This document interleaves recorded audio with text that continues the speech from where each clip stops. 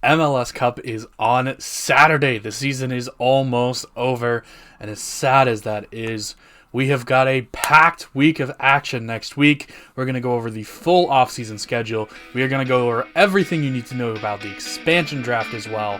Here we go.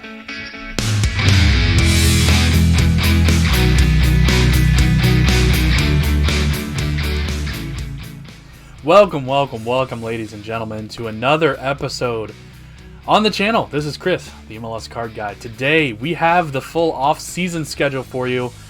What happens after MLS Cup? It'll be a very, very busy week next week, not tomorrow. I don't know what I'm talking about. It's very late here. So, we're going to go over the entire off-season schedule. We're going to go over the expansion draft, which a lot of you guys have been asking about, and just a little bit about how that works, what that means, what you should be looking for. That happens next week as well. So definitely a lot to keep an eye on for next week. Make sure you're following the Twitter. I keep tweeting out different things about transfers, about different head coaches coming and going. So a lot to keep up on the Twitters. So we're going to go ahead and get into it. This is the full off-season schedule, all the dates that you need to know. So first of all, we've passed a couple of these. So the deadline to submit bona fides. Playoff clubs don't have to submit their rosters until they get eliminated, so the only two rosters we don't know at this point are the two teams playing in the final, NYC and Portland. So the final will be on the 11th, and then December 12th, all the playoff teams have to exercise their options. Again, we already know most of that information.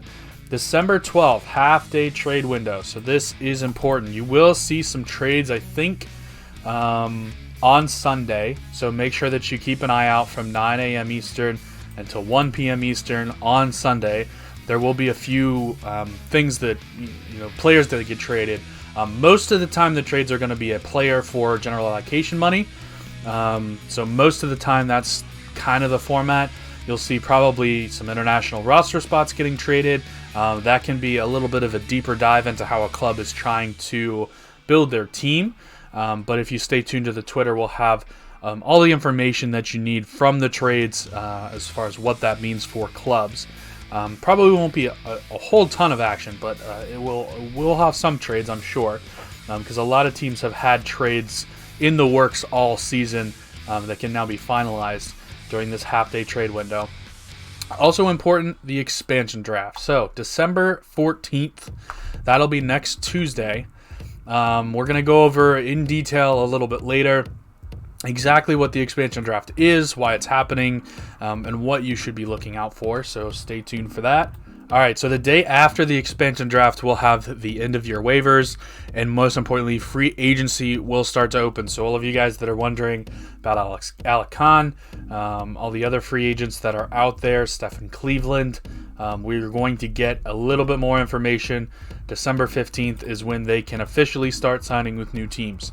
So be on the lookout. After December 15th, there will start to be some deals that get made free agent-wise. And then December 17th is the re-entry process. So again, that's that draft of the guys that haven't quite been in MLS long enough for free agency. Really important that you pay attention to who goes in stage 1 and who goes in stage 2.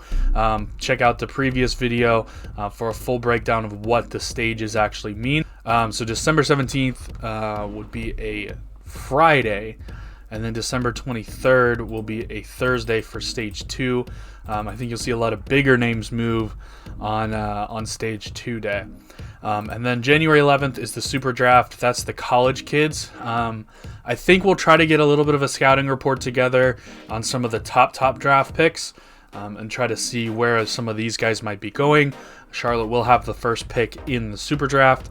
And as we get closer to that, we'll kind of bring you a little bit more information on that. And then just a couple of months until the season begins. I don't know if they'll open camps before the international window or after the international window. There are some teams that have CCL games at like February 14th. So they're going to have to definitely open their camps before that international window in late January. So that's the schedule. I mean, it's really jam-packed. There's a ton of stuff every week. So we are going to keep bringing you videos. We have a lot of plans in the works for the offseason, so this is not the time to rest. Now is the time where you build championship teams for your season. So we are going to quickly go over MLS Expansion Draft rules. So 5 rounds. Charlotte is the only team picking. They can only pick one player from each club. That's very important. Once they pick someone, that club is safe from being picked again. So they can't just go and pick half of LAFC's roster. Selection clock doesn't really matter. Charlotte will have a full day to prepare, and they're the only ones drafting, so it really won't matter that they only get 3 minutes. They should have all 5 players that they're going to picked out before this draft starts. And there are no trades, so they can't trade a pick to anybody else. General allocation money, not a big deal. The clubs that do lose a player get $50,000 in general allocation money. Doesn't really mean too much for Sorare purposes. And then here's kind of the meat and the guts of it. So the 5 teams that had a player picked by Austin are exempt from the 2021 draft. So that's San Jose, New York, Nashville, LA, and Orlando City. So none of those teams have to, number 1, submit protected rosters because they're exempt, and number 2, they won't be losing anybody. So we're going to find out a little bit less about those teams than we are about any of the other teams, and here's why that's important. The other 22 teams that competed during 2021 will protect 12 players from their senior, supplemental, and reserve rosters. So that includes everybody. Okay, so they can protect up to 12 players. If a player's contract's expired, they still have to protect him if they want him back. Here's the other thing that I skipped over before that's really, really important. Homegrown players on a club's roster are automatically protected. So we don't need to protect the homegrowns. Everybody else is fair game, aside from the top 12. So these rosters are going to be public information. So you're going to see who each team thinks their top 12 players are. So if you have guys that are eligible for this expansion draft and they don't get picked and they come back to their own teams, take a look at that and maybe think to yourself, maybe I don't want to have that guy on my team as they don't think they're one of the top 12 players. Now, salary does have a part to play in this. So teams may keep a younger player that's on a lower salary as opposed to an older player who's on a higher salary. And just say, well, if the older player gets taken, we'll get all this salary back and we can go and invest that somewhere else. So it's not an end-all be-all, but you can tell a lot from how clubs are thinking about their rosters from the 12 players that they protect from the expansion draft. So as interesting as the expansion draft is for the Charlotte team and the team that's being built there, you also get to find out information on all the other teams that will have to protect their roster. So that's why I say you won't find out anything about San Jose, New York, Nashville, LA, or Orlando. But the other 22 teams, we're going to find out how they're thinking about their teams, who they want to build around, and who they are potentially okay with letting go. Now again, only 5 players are going to move, so 17 teams are going to remain completely unchanged.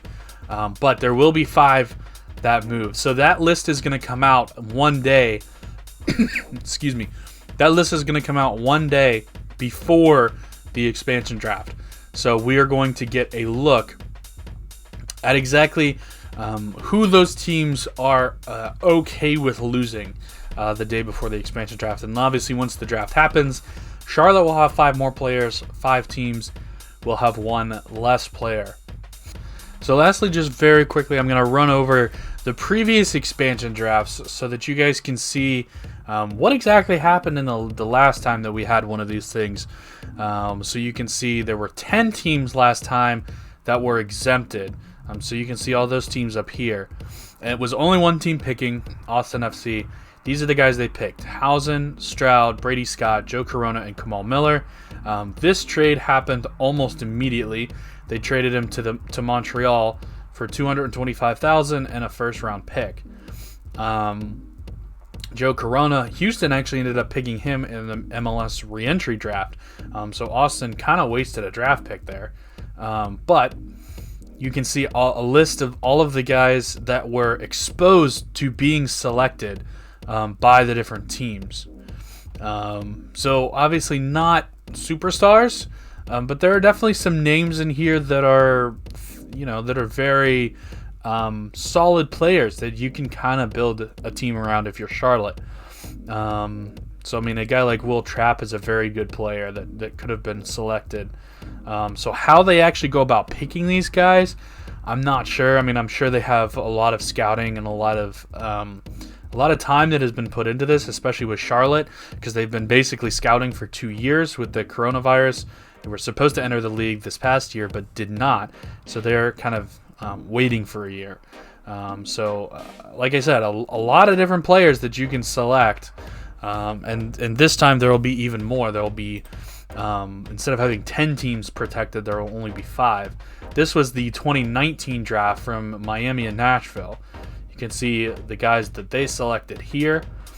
And then you can see all of the different guys that were available to be selected. So kind of expect this to be a little bit more of a richer draft because there are more teams that are in it. There are 22 teams eligible for this thing.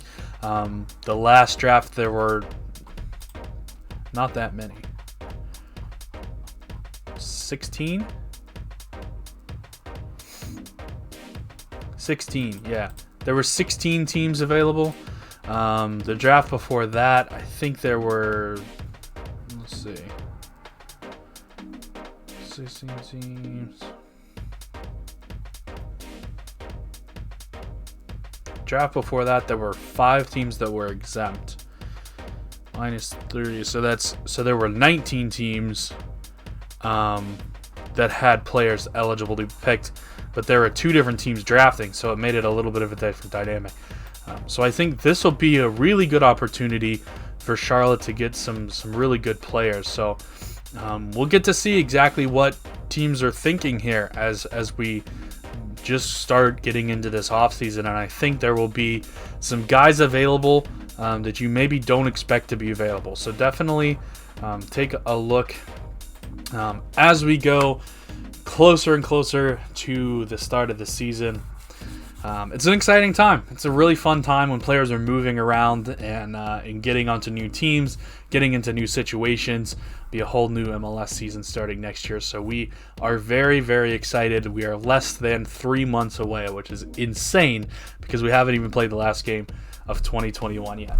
That being said, I am going to probably do something live, whether it be on YouTube or on Twitter for MLS Cup, if I can. So keep an eye out on the Twitter for any announcement about that, whether it be a space or whether it be a live stream on YouTube. Just keep an eye out for that kind of thing. But until the next time, Vamos United.